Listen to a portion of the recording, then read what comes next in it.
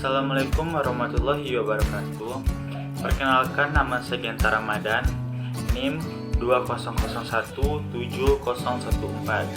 Saya berasal dari Prodi Sastra Indonesia, Fakultas Bahasa dan Seni, Universitas Negeri Padang. Baiklah, di sini saya akan membuat video presentasi saya, yaitu unsur intrinsik dan ekstrinsik dari novel Pertemuan Dua Hati. Baiklah, di sini saya mengampu tugas dari dosen saya, yaitu dosen Sejarah Sastra Indonesia, yaitu Ibunda Dr. Yeni Hayati SSMU. Baiklah, di sini saya akan memulainya. Yang pertama, saya akan membacakan unsur-unsur intrinsiknya. Yang pertama, tema. Tema dalam novel Pertemuan Dua Hati ini adalah kehidupan sosial. Yang kedua, tokoh. Tokoh yang terdapat di novel Pertemuan Dua Hati ini adalah yang pertama, Bu Suci, Waskito, suami Bu Suci, murid-murid SD Kota Semarang, Bude Wasikoto, kepala sekolah, 3 anak Bu Suci, Uwa, istri RT 7, kakek dan nenek Waskito, dan guru agama, serta yang terakhir adalah bapak atau ayah Bu Suci. Selanjutnya adalah penokohan. Yang pertama, Ibu Suci. Bu Suci di sini berperan sebagai protagonis, yaitu baik, lembut, penyayang, tanggung jawab, bijaksana, rajin, penurut kepada orang tuanya, selalu mengalah di antara saudara-saudara lainnya, sabar dan tabah dalam menghadapi kehidupan, tidak pernah menuntut lebih kepada suaminya, peduli kepada peserta didiknya, selalu minta pendapat kepada orang lain setiap akan mengambil keputusan. Yang kedua adalah Waskito. Waskito adalah seorang antagonis, menjadi protagonis menjelang akhir cerita. Jadi awalnya itu Waskito adalah antagonis, namun sejalannya cerita Waskito menjadi seorang tokoh protagonis. Yang ketiga adalah suami Bu Suci, yaitu protagonis, Bude Waskito protagonis, kepala sekolah protagonis, bapak atau ayah Bu Suci, yaitu secara tegas protagonis, dan ketiga anak Bu Suci.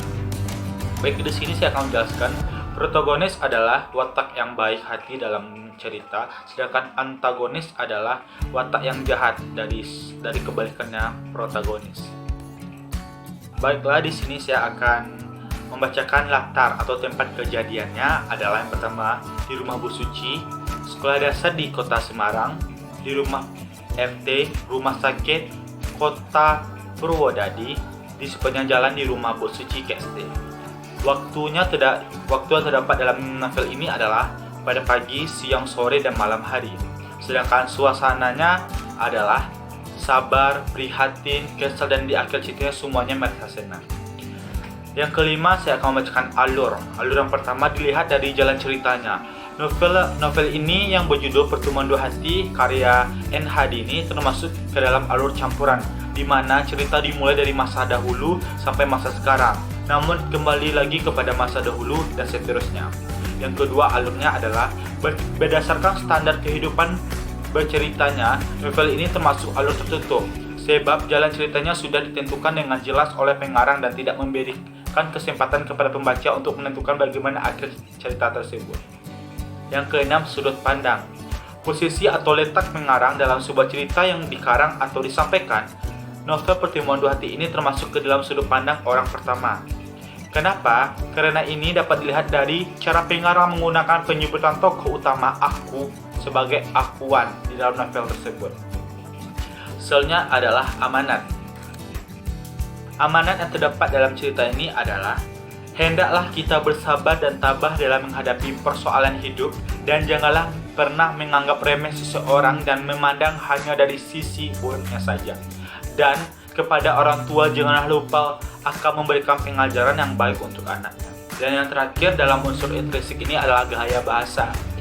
Bahasa jika dilihat dari gaya berceritanya, style of thought.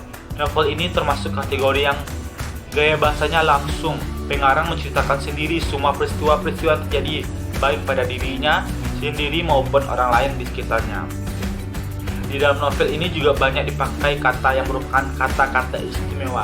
Misalnya, sukar, konon, galak, sekoyong-koyong, menginstruksikan tumbuhan, jeng atau bu, dan sebagainya lainnya. Selanjutnya saya akan membacakan unsur-unsur ekstrinsik dari novel Dua Hati ini.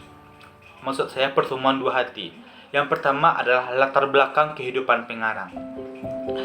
Pengarang novel ini bernama Nurhayati Sri Hardini Siti Nukati, namun disingkat menjadi NH Siti. Lahir di Semarang, Jawa Tengah, 29 Februari 1936, berumur 74 tahun, atau lebih dikenal dengan nama N. Hadini yang saya sebutkan tadi. Merupakan sastrawan atau novelis dan feminis Indonesia. Tamatan SMA bagian sastra tahun 36, mengikuti kursus pramugari darat KIA Jakarta tahun 56, dan terakhir mengikuti kursus BI jurusan sejarah 1957. Sedangkan dari tahun 1957 sampai 1960, ia bekerja di GIA Kemayoran, Jakarta.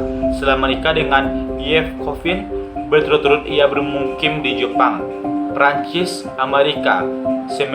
Semenjak tahun 1980, ia menetap kembali di Jakarta dan Semarang. Selanjutnya saya akan membacakan nilai-nilai yang terkandung dalam novel Pertemuan Dua Hati ini. Yang pertama, nilai moral. Salah satunya terdapat pada halaman 32 alinea 1 yang berbunyi, "Kami semua sepakat bahwa anak-anak tumbuh tidak hanya memerlukan makanan, mereka juga membutuhkan kemesraan, menginginkan perhatian, rasa cinta kepada mereka yang diperlihatkan menanamkan benih kekuatan sendiri." Selanjutnya yang kedua adalah nilai sosial. Hubungan antara guru dan murid tidak terbatas hanya dengan menyampaikan pelajaran yang sudah ditetapkan sesuai dengan kurikulum, melainkan lebih dari itu harus ada keterikatan batin dan rasa kasih sayang seperti orang tuanya sendiri. Yang terakhir adalah nilai religius. Semua yang terjadi pada hidup ini karena kehendak Allah Subhanahu wa taala. Manusia yang hanya bisa berusaha dan berdoa oleh Allah Subhanahu wa taala yang menentukannya. Salah satunya terdapat pada Al-Nihil 5 halaman 71 yang berbunyi, "Malam aku gelisah, tidurku sangat terganggu, dugaanku bermacam-macam. Barangkali waskito tidak masuk esok pagi, atau masuk membawa pisau dan golok atau senjata lainnya, dan lebih mengerikan guna membalas dendam terhadapku." Baiklah, sekianlah hasil presentasi saya terkait tugas sejarah sastra Indonesia dari novel Pertemuan Dua Hati ini. Apabila ada kata atau materi yang salah, mohon dimaafkan. Saya akhiri. Assalamualaikum warahmatullahi wabarakatuh.